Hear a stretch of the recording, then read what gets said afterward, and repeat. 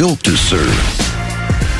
Hi, everyone. Good morning and welcome to First Things First. We made it to Tuesday. What? I'm Jenna Wolf. That's the Hall of Famer, Chris Carter. This right here is Tuesday. Nick, Didn't right? know it was Tuesday. Thought it was Wednesday. That's why I'm so Monday Night excited. Football had been played on a Tuesday. I know. That threw me off all week. We got a great show for you today. Tuesday. Jerry Jones knows the Cowboys need to get better. Tom Brady loves his defense, but has questions about his offense. And the Browns of new look like the Browns of old on Monday Night Football. That's where we start. Baker and the Browns in San Francisco. Cleveland looking to climb above 500 for the first time since 2014. And after last night, it may as well have been 2014. Richard Sherman picking off Baker Mayfield later in the first. Baker sacked, fumbles, the ball recovered by Nick Bosa, just under 5 minutes left in the first half. Baker, right here, throws, intercepted again, looking for Antonio Callaway in the red zone.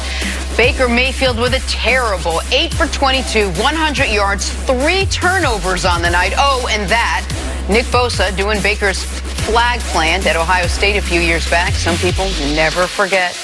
Despite the loss, Baker Mayfield, as he says after almost every loss, still not ready to panic. Once again, I'm not hitting the panic button. I think for us, it's just, we know the problem. We know we have to, be better. We just have to do better. And when you play a great team, you have to eliminate mistakes. You just have to. We know exactly what we need to do. We need to play well. We need to do our job each and every play, and not lose sight, the goal at hand. You can't have mistakes. You can't have, turnovers. You can't have drops. You can't have penalties. That's offensively, that kind of summed us up, We just shot ourselves in the foot too many times.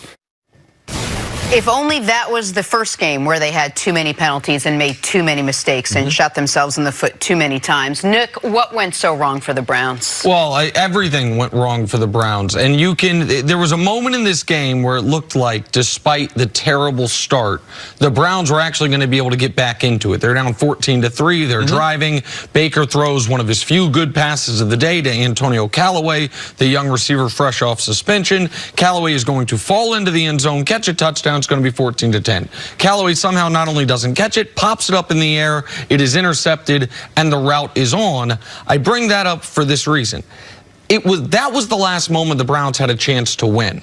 But they had plenty of moments after that to stay competitive, and they couldn't. And they couldn't, to me, for 2 primary reasons. One is what you talked about, off the air yesterday, actually, because we didn't talk much about this game on the air, which is your big concern about the Browns' offensive line dealing with first-round pick after first-round pick after first-round pick. Top of the first round. Top of the first round. The lowest drafted defensive lineman the Niners have is Eric Armstead, who was taken 17th. DeForest Buckner was taken 7th. Solomon Thomas was taken 3rd. And Nicky Bosa, who you've known since he was 10 years old, if not younger, was taken 2nd and had his best game of his career, of his very young career, I should say. So the Niners D-line dominated the Browns O-line. That's the first reason.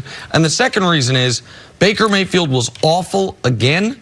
Baker Mayfield struggled again. Baker completed 8 passes, had a passer rating of 13. For context, if you just spike the ball on every play, you get a passer rating of 39. So he was as bad as you can be statistically in this game. Not all his fault, because he was under constant duress. But one last point, I thought Richard Sherman said something really interesting, because Sherman had the first pick, and he said Baker's just got to eat that. He's got to know he can't make that play. And then he also added, I knew he couldn't see over Eric and Buck, meaning Eric Armstead and DeForest Buckner. Richard Sherman, the veteran corner, knew a 6-foot-tall quarterback dealing with those monsters on the D-line is going to have problems. That was the story of the game. As while the Browns, Baker might not be panicking, but it is close to panic time in Cleveland, especially if you look at their next 2 opponents. Yeah, what went wrong was one team was well-rested, coming off the bye, well prepared. Kyle Shanahan hadn't had the talent, hadn't had the arsenal to be able to be in the conversation, but he's one of the best play callers that we have.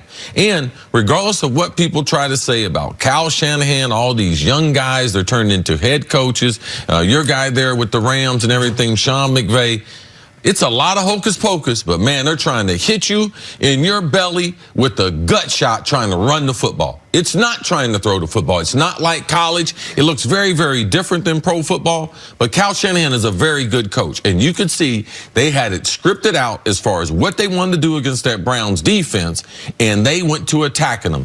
And when you run that type of offense where you're going to have a fullback, tight ends, and you're going to play a game like it's in the phone booth, a lot like New England did at the end of the season and through the playoffs, you have to have some explosive plays. That was the big difference. That's what went wrong for Cleveland. If you have a team like that, I mean a powerful team, they got 2-3 running backs they can throw at you. They throw 3 tight ends at you. Their offensive line, big, strong offensive line.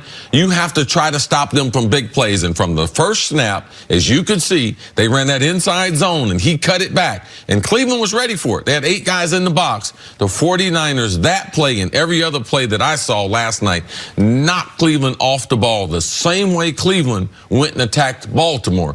That was the game plan of Cal Shanahan and this staff. It was a great performance by the 49ers. I know we always say, well, they have a shoddy offensive line. Look, the Patriots have a shoddy offensive line, and they're figuring out a way to win. I don't want to put that all on that line, but Baker Mayfield said it's not time to panic. Meanwhile, you got Seattle and you got New England in the next couple of weeks. If this isn't time to panic, what is this time? I mean, how do they right the ship at this point? Well, the offensive line personnel is not going to get better, so Baker has to be better despite that. You could argue Freddie Kitchens needs to go back to what he was doing at the end of last year, which is helping the offensive line out with more 2 tight end personnel, more 12 personnel. Every time they were in a third and must-pass situation when they went to 11 personnel, it ended in a Baker sack or a hit. They could not block the Niners in 11 personnel, and for some reason, Kitchens wouldn't go to 12. But for Baker, he got to stop turning the ball over now. Like, this is a real thing. 18 starts, 22 picks, 10 fumbles, 26 total turnovers. Like, some of those fumbles they've recovered, fortunately, but 32 opportunities for turnovers caused by Baker. 26 have actually been turnovers, and he is not the quarterback he was last year. In fact, side by side, you would think the column on the right is his rookie season, and the column on the left is his improved second season, but it's not. The column on the left is last year.